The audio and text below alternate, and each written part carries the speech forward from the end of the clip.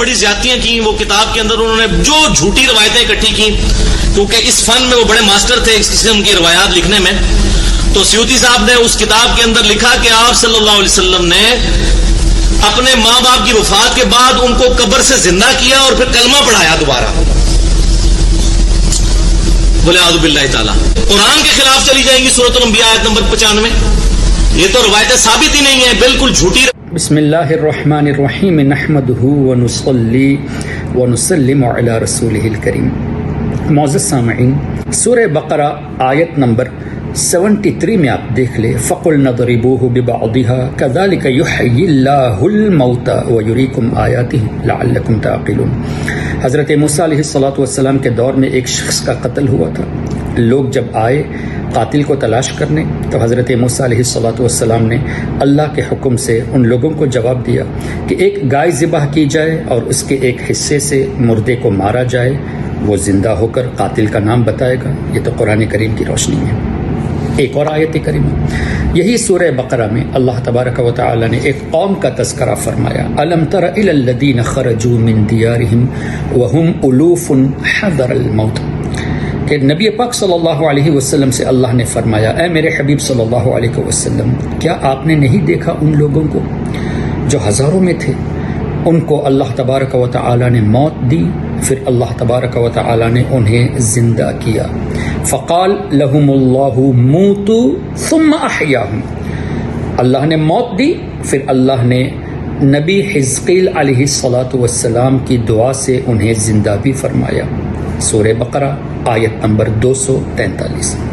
مزید آگے بڑھتے ہیں سورہ بقرہ ہی میں آیت نمبر 259 to 59. حضرت سیدنا نبی عزیر علیہ السلام کا واقعہ تفسیر کی روشنی میں بہت مشہور واقعہ ہے، لیکن چونکہ پوائنٹ پہ بات کرنی ہے.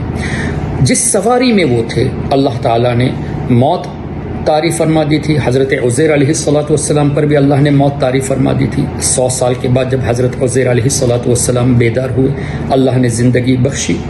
ساتھ ہی ساتھ وہ جو سواری ان کے ساتھ تھی، جس کی ہڈیاں بالکل جدا جدا ہو گئی تھی، اللہ تبارک و تعالی نے فرمایا وَلِنَجْعَلَكَ آیَةً لِلنَّاسِ، لوگوں کو لیے ایک نشانی اللہ تبارک و تعالی نے اس کے ذریعے رکھی ہے. یہاں بھی مردوں کا زندہ ہونا یہ ثابت ہوتا ہے. پھر آگے بڑھتے ہیں. حضرت عیسیٰ علیہ السلام نے ارشاد فرمایا وَأُبْرِئُ الْأَكْمَحَ وَالْأَبْرَصَ وَأُحْيِي الْمَوْتَى بِإِذْنِ اللَّهِ، میں مردوں کو زندہ کرتا ہوں اللہ کے حکم سے. یعنی حضرت عیسیٰ علیہ السلام کا یہ فرمان اللہ تعالیٰ نے قرآن کریم میں رکھا. اور آگے بڑھتے ہیں. سورہ مائدہ میں اللہ تعالیٰ نے ارشاد فرمایا وَتُبْرِئُ الْأَكْمَحَ وَالْأَبْرَصَ بِإِذْنِي وَإِذْ تُخْرِجُ الْمَوْتَى بِإِذْنِي، کہ آپ میرے حکم سے مردوں کو زندہ فرماتے ہیں. اب رہی بات سورہ انبیاء میں آیت نمبر 95 وَحَرَامٌ عَلَىٰ قَرْيَةٍ أَهْلَكْنَاهَا أَنَّهُمْ لَا يَرْجِعُونَ، تو یہاں بظاہر آیتیں کنٹریڈکٹ ہو رہی ہے. اللہ نے جن کو ہلاک فرمایا وہ دنیا میں واپس نہیں آتے، لیکن حضرت حزقیل علیہ السلام کی قوم کو بھی اللہ نے ہلاک فرمایا. فقال لهم اللہ موتوا ثم احیاہم، لیکن اللہ ہی نے انہیں زندہ فرمایا. اسی طرح حضرت عیسیٰ علیہ السلام کا واقعہ بھی نص قرآن سے ہے کہ انہوں نے مردوں کو زندہ فرمایا. تو اب انجینئر مرزا کا یہ کہنا یا ان کی جگہ کوئی اور بھی ہو، ایک واقعہ جو حدیث میں آیا ہے، امام جلال الدین سیوطی نے، امام قرطبی نے، دوسرے بزرگوں نے لکھا ہے کہ نبی پاک صلی اللہ علیہ وسلم نے اپنے والدین کریمین کو ان کی وفات کے بعد ان کو زندہ فرمایا اور کلمہ پڑھایا، جس کی تشریح میں محدثون فرماتے ہیں اس کا مطلب یہ نہیں کہ وہ پہلے سے مسلمان نہیں تھے، اس لیے کہ ان کے تعلق سے یہ واضح ہے کہ وہ زمانہ فطرت میں تھے اور موحد تھے اور کبھی بت پرستی نہیں کی. اور ہمارے آقا نے یہ بھی فرمایا کہ میرے والدین یہ سب سے بہتر. کئی احادیث آپ کو اس ضمن میں مل جائے گی. تو بت پرستی تو ثابت ہے ہی نہیں، تو کیسے کفر کا فتویٰ لگا دیا؟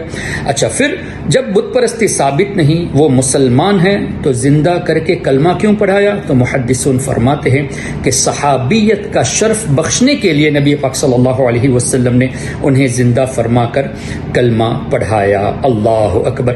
اب اس واقعے کو انکار کرنے کے لیے انجینئر صاحب نے قرآن کریم کی سورہ انبیاء کی آیت نمبر 95 کو پیش کر کے یہ کہنا چاہا کہ امام سیوطی تو ماسٹر تھے حدیثوں کو گڑھنے میں، انہوں نے غلط کیا، یہ لوگ جھوٹی حدیثیں جمع کرتے تھے، صرف ایک آیت کریمہ کو لے کر جس کی تعویل، جس کی تشریح، جس کی تفسیر دیکھی نہیں اور اس طرح باتیں کرتے ہیں۔ مان لیتے ہیں کہ اگر اس آیت کا یہی مطلب ہے کہ امام سیوطی نے اور دیگر بزرگوں نے حدیثوں کو گڑھا ہے کیونکہ اللہ تعالیٰ دوبارہ زندہ نہیں فرمائے گا، تو اس سے تو صاف پتہ چلا کہ مرزا صاحب نے قرآن کریم کی دوسری آیتوں کو پڑھا ہی نہیں، اور دعویٰ قرآن کریم کو ہاتھ میں رکھ کے کہتے ہیں کہ یہ قرآن کے خلاف عقیدہ ہے، اس لیے اس کو مان ہی نہیں سکتے، جبکہ خود قرآن کے خلاف عقیدہ پیش کرتے ہیں۔